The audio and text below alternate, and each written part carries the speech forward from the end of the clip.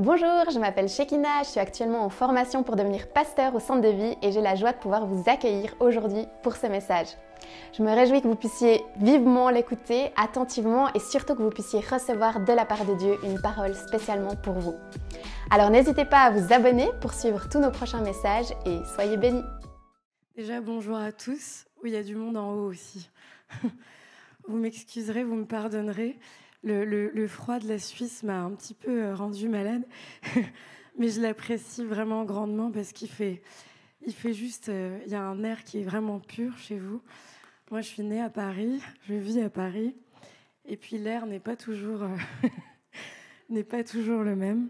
Alors là, c'est comme si on prenait un petit shot d'air pur.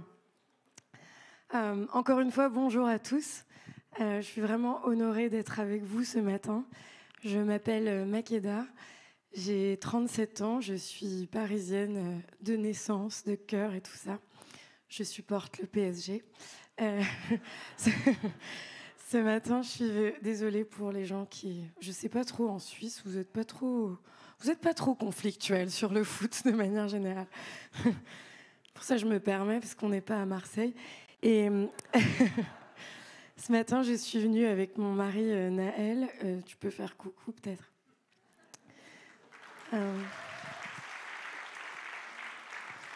Et on est mariés depuis peu de temps. On s'est mariés au mois de septembre dernier. Donc c'est tout frais. Et je veux honorer cet homme de Dieu sans qui je ne serais pas en mesure de faire le ministère. Avant, j'étais un peu sous la protection de mon papa. Et puis, le Seigneur a pourvu un homme formidable qui me soutient dans tous ses déplacements, dans tout ce que je fais, sans rivalité, mais juste avec énormément de soutien. Alors, si vous n'êtes pas encore mariés, je prie que cette grâce, comme disent mes amis congolais, que cette grâce vous localise. Et j'adore vos expressions. Vous avez des expressions, je ne sais pas d'où elles sortent, mais elles sont vraiment... à chaque fois, elles me percutent. Et merci infiniment au pasteur Olivier et Sabrine et puis Cyril aussi. Je sais que vous êtes tous les trois là-dedans. On s'est rencontrés il y a quelques années à la RJ, cet événement que je trouve absolument formidable que vous avez en Suisse pour la jeunesse. Et c'est une bénédiction pour nous, pour mon groupe Horizon Louange. Vous avez les salutations d'Horizon Louange et de Paris Maison de Prière qui prient pour nous, qui prient pour vous ce week-end.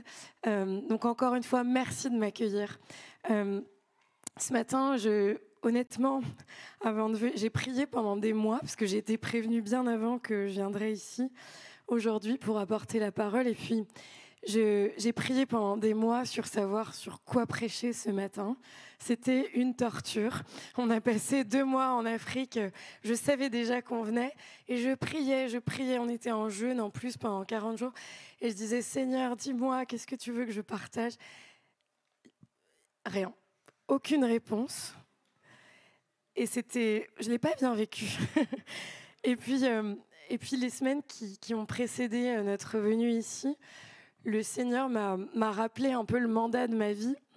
Et moi, le mandat de ma vie, et on a chacun un mandat différent, même si on a tous le même appel, et je vais en parler d'aimer Dieu et de faire des disciples. Mais le mandat de ma vie, c'est pas de parler de choses qui sont populaires. C'est pas de prêcher des trucs que tout le monde veut entendre. Le mandat de ma vie, c'est de rétablir des autels de louange, c'est de servir la présence de Dieu et c'est de dire la vérité. Et ce matin, je veux juste vous partager mon cœur avec énormément de simplicité, mais je vais peut-être aborder l'amour, le thème de l'amour, sous un autre angle que celui qu'on a l'habitude d'entendre. On parle beaucoup de l'amour de Dieu pour nous, qui est un amour incroyable, qui est inconditionnel, qu'on ne peut pas connaître, qu'on n'est même pas capable, nous, d'exprimer sans l'aide du Saint-Esprit. Cet amour formidable de Dieu qui lui a donné de donner son Fils Jésus. C'est dans Jean 3,16. Si ce matin, vous êtes venus et que vous ne connaissez pas Jésus, vous pouvez lire Jean 3,16 et ça résume en un verset l'amour de Dieu pour nous. Et on parle beaucoup de l'amour de Dieu pour nous, et heureusement, parce que c'est central. C'est le message de l'Évangile. Et c'est ce dont on a besoin pour fonder une vie solide sur le roc. Mais est-ce qu'on parle beaucoup de l'amour que nous devons avoir pour Dieu? Ça, je trouve qu'on n'en parle pas beaucoup. On n'en parle pas beaucoup parce que l'amour de Dieu pour nous, il est tellement acquis. Parfois, on se dit « Oh, c'est bon, je peux tout faire. C'est pas grave, je peux pécher un peu par-ci, par-là. Je peux critiquer un petit peu ma voisine. Je peux cultiver des pensées mauvaises, mais Dieu m'aime. Son amour est inconditionnel, c'est pas très grave. Je peux faire mes petits trucs sur terre, c'est pas grave. J'ai été baptisée, je crois en Jésus, je l'ai accepté comme mon Seigneur et mon Sauveur, je suis sauvée. Alors si de temps en temps je déraille un peu, c'est normal. C'est ma nature humaine, alors c'est OK. » Lui, c'est celui qu'on doit aimer de tout notre cœur, de toute notre énergie, de toutes nos forces, de toute notre intelligence. Mais je veux vous dire une chose, et moi inclus. Il y a beaucoup trop de moments dans nos vies quotidiennes, où on oublie que Christ est notre récompense. Ce matin, c'est ma question pour toi. Est-ce que Christ est ta récompense? Est-ce que Christ est l'objectif ultime de ta vie? Est-ce que le prix que tu souhaites remporter, c'est lui? Ou est-ce que c'est un peu d'argent? Ou est-ce que c'est un peu de reconnaissance des autres? Ou est-ce que c'est ton statut social? On n'est pas censé avoir une autre récompense que lui. Oui, il est tellement bon qu'il va nous donner toujours une avalanche de bénédictions. Mais ça, c'est parce que c'est son amour, il ne peut pas se retenir. C'est dans sa nature d'être bon. Il ne peut pas se retenir de nous distribuer des choses en abondance et plein de bénédictions. Et nous, on est toujours là à se plaindre, à dire « Est-ce que je peux avoir un peu plus? Est-ce que je peux avoir un peu plus ?» Alors qu'en fait, notre récompense, c'est lui. Et ce matin, je vais vous laisser avec mon verset préféré. Enfin, je ne vous laisse pas tout de suite, mais je voudrais que vous puissiez le retenir. Ça se trouve dans Philippiens. C'est plus qu'un verset. C'est Philippiens 3, versets 7 à 12. Et là, c'est l'apôtre Paul qui parle. En fait, juste avant, dans ce passage, il parle de toute sa vie passée. Paul, c'était un érudit, c'était un mec qui avait un statut social. C'est-à-dire qu'il faut se remettre dans le contexte. Paul, c'était un pharisien, donc c'était quelqu'un qui avait étudié, c'était un érudit, c'était quelqu'un de respectable et de respecté en Israël. Et quand il a décidé, quand il a la révélation de Jésus-Christ sur le chemin de Damas, il laisse derrière lui sa réputation, j'ose pas imaginer, si on va imaginer, vous prenez n'importe, on m'a expliqué le système politique de la Suisse hier, mais j'ai déjà oublié parce que c'est un peu compliqué votre truc, mais Olivier me disait que c'est un État ici, c'est ça, hein, je dis pas de bêtises, le canton, c'est un État. Donc, imaginez c'est qui la personne qui gère le canton? C'est pas un président.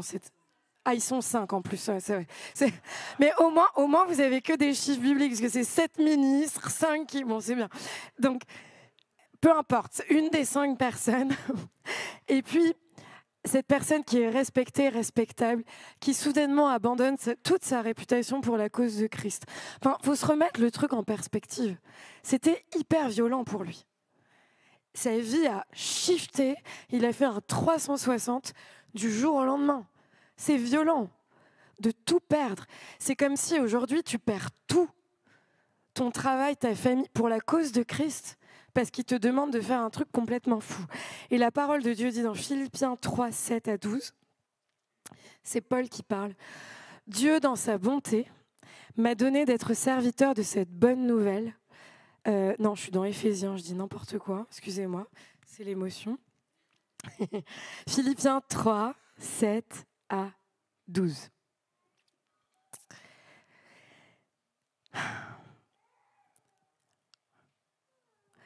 J'y tenais tellement que j'ai fait souffrir l'Église au sujet de la justice qui vient de la loi. On ne pouvait rien me reprocher. Et verset 7. J'ai cru gagner beaucoup avec ces choses-là. Mais maintenant, à cause du Christ, je trouve que c'est une perte. Connaître le Christ Jésus, mon Seigneur, voilà le plus important. À mon avis, tout ce qu'on gagne n'est rien à côté de cette connaissance. Pour lui, j'ai tout abandonné. Pour gagner le Christ et pour être uni à lui, je considère toutes ces choses-là comme des ordures. Je ne suis pas juste parce que j'obéis à la loi, mais parce que je crois au Christ. C'est Dieu qui rend juste, et il rend juste celui qui croit. La seule chose que je veux, c'est connaître le Christ et connaître la puissance qu'il a fait se lever de la mort. Ce que je veux, c'est souffrir avec lui et lui ressembler dans sa mort. Ainsi, j'espère que je pourrai moi aussi me lever de la mort. Je ne veux pas dire que j'ai déjà atteint le but ou que je suis déjà parfaite. Mais je continue à courir pour saisir le prix. Parce que le Christ Jésus m'a déjà saisi. Parce que son amour pour moi s'est déjà exprimé. Mais moi, est-ce qu'il est ma récompense? Est-ce qu'il est ta récompense? Est-ce que tu es prêt à tout perdre? Est-ce que tu es prêt à tout abandonner? Moi, j'ai dit à Dieu, c'est pas grave. Tu peux tout prendre. Parfois, c'est dur. Tu peux prendre ma réputation, tu peux tout prendre. Parce que ma récompense, c'est de le connaître. C'est pas toutes les choses qu'il peut nous apporter. Et comme je vous le disais tout à l'heure, il va vous les donner. Parce que c'est un bon père. Il ne peut pas s'en empêcher. C'est comme pour ceux qui ont des enfants. Vous allez forcément tout donner à vos enfants. Vous allez leur faire des cadeaux, vous allez leur donner de l'amour. Et bien sûr, parfois, il y a des foyers dysfonctionnels. Mais ça, c'est encore un autre sujet. Mais quand c'est fonctionnel, on a envie de tout donner à ses enfants. Quand on a vu les 2 petits bouts de chou ce matin, bien sûr, je suis sûre que leurs parents ne les privent de rien, ni d'eau, ni de nourriture, ni de bénédiction, ni de jouets, ni d'amour, de rien du tout. C'est juste une conséquence de l'amour de Dieu. Mais est-ce que c'est après ça que tu cours?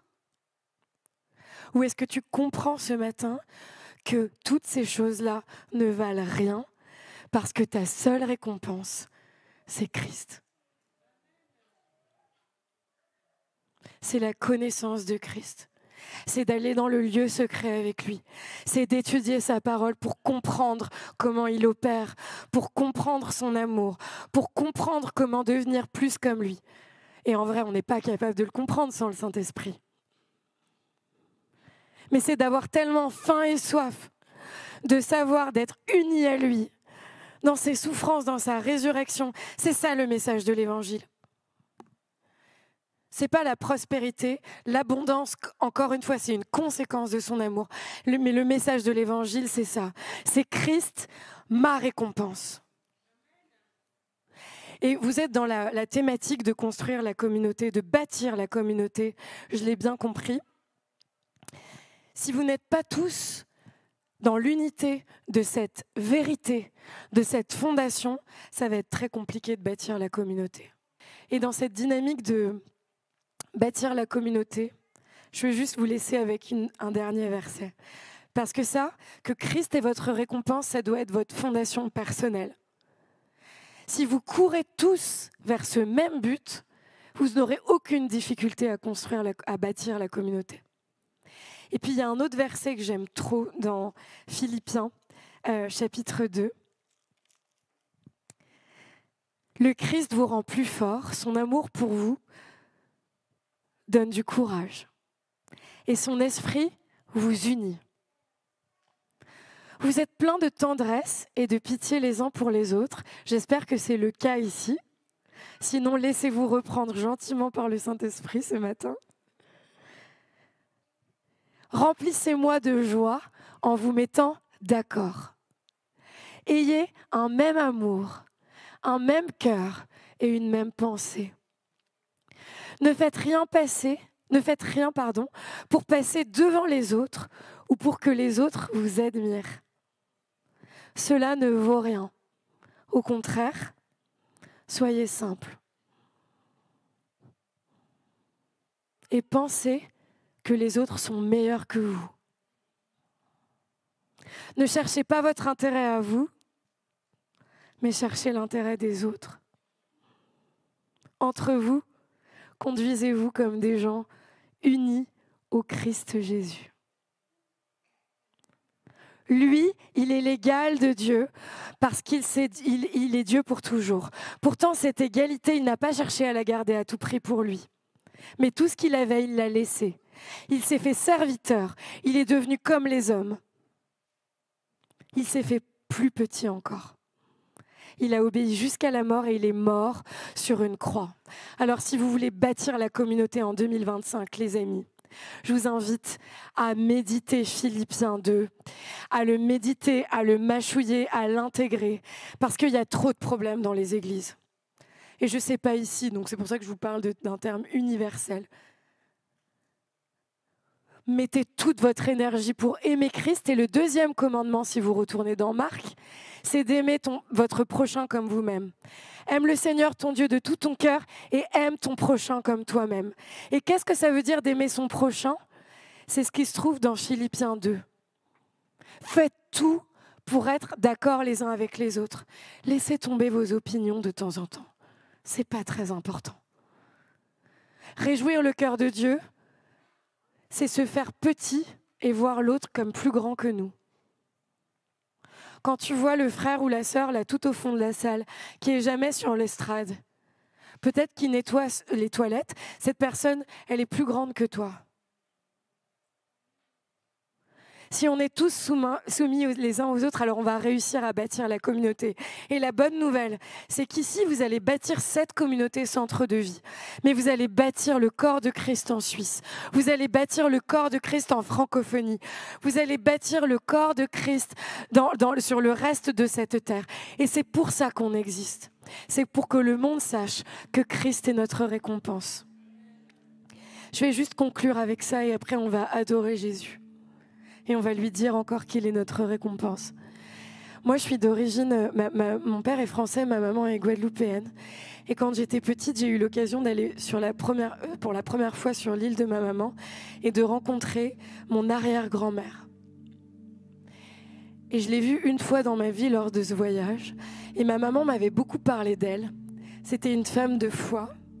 C'était une femme qui n'avait pas grand-chose, mais qui avait compris que Christ était sa récompense. Et j'ai vu cette femme, elle était assise, c'était mon arrière-grand-mère, mais je ne la connaissais pas. Et elle avait la grâce de Dieu sur elle. Ça a marqué ma vie à jamais. Elle avait une grâce de Dieu. Elle avait les cheveux blancs et elle avait un sourire sur son visage. J'avais 8 ans. Et je me suis dit, j'ai envie de ressembler à ça quand je serai très très vieille. Et ma mère m'a dit, ça c'est si tu suis Jésus et si tu comprends que Christ est ta récompense. Et ma grand-mère, après elle, sa fille, je voyais ma grand-mère, elle était adventiste. Donc bon, j'adhère pas à tout, mais par contre c'était une femme pieuse. Et je la voyais tous les sabbats, les 2 genoux par terre, à prier son Dieu. Et ma mère, c'est pareil, c'est une intercesseuse de feu. Ma mère, quand elle commence à prier, on ne peut pas l'arrêter. Parfois, c'est trop long, on lui dit là, on a un peu faim. Est-ce que tu peux arrêter? Mais à cause de l'héritage de ces femmes, j'ai compris que Christ était ma récompense. Et la raison pour laquelle je vous raconte cette histoire, c'est parce que j'ai fait une promesse et je me suis fait une promesse à moi-même. Je me suis dit, quand j'aurai les cheveux tout gris, et que mes jours sur terre seront comptés, je veux que les gens qui m'ont connu se rappellent d'une chose, que Christ est ma récompense et que toute ma joie s'est trouvée en lui. Et ce matin, je ne sais pas pourquoi je dis ce soir parce qu'il fait sombre, ce matin, je voudrais juste t'inviter, si tu le souhaites, à me rejoindre dans cette prière, que tu connaisses le Seigneur depuis 40 ans, 50 ans, ou peut-être que tu ne le connaisses pas vraiment. qu'à la fin de cette vie, quand les jours sur terre ont été comptés, quand tes cheveux seront tout gris, peut-être qu'ils sont déjà tout gris ou tout blancs, que les gens sachent que toute ta joie a été trouvée en Christ. Que certes, tu n'es pas parfait, mais que tu continues à courir pour remporter le prix de Christ, notre récompense. De celui qui a donné sa vie, qui s'est fait gifler, fouetter, insulter, alors qu'il était pur et sans tache. Ce matin, on va adorer Jésus. Et je voudrais juste faire cet appel. Si aujourd'hui tu décides que Christ est ta récompense, alors viens devant, viens consacrer ta vie à Dieu. Parce que je veux dire comme l'apôtre Paul ce matin, tout le reste c'est de l'ordure. Ta réputation, ton argent, toutes les choses de cette terre, ça vaut rien à côté de la connaissance de Christ. Alors viens devant ce matin si tu veux. Et on s'en fiche que tu connaisses le Seigneur depuis 50 ans ou que ça fasse 2 minutes. Mais si tu veux consacrer ta vie à ce Christ et que tu veux dire Christ est ma récompense, viens devant, on va prier avec toi, on est une famille. C'est pas une démonstration, c'est pas pour mettre les gens mal à l'aise, c'est pour faire un pas de foi. C'est pour dire je décide de choisir cette vie. Et comme on est une grande famille, on va prier tous ensemble. Que tu sois consacré ou pas, on prie tous ensemble, on est tous sur un même pied d'égalité.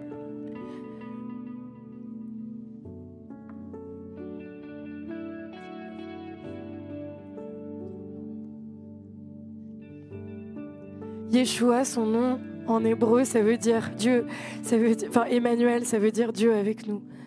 Et Yeshua, c'est son vrai prénom. Celui par lequel on l'appelait quand il était sur terre, alors on va chanter ça ensemble.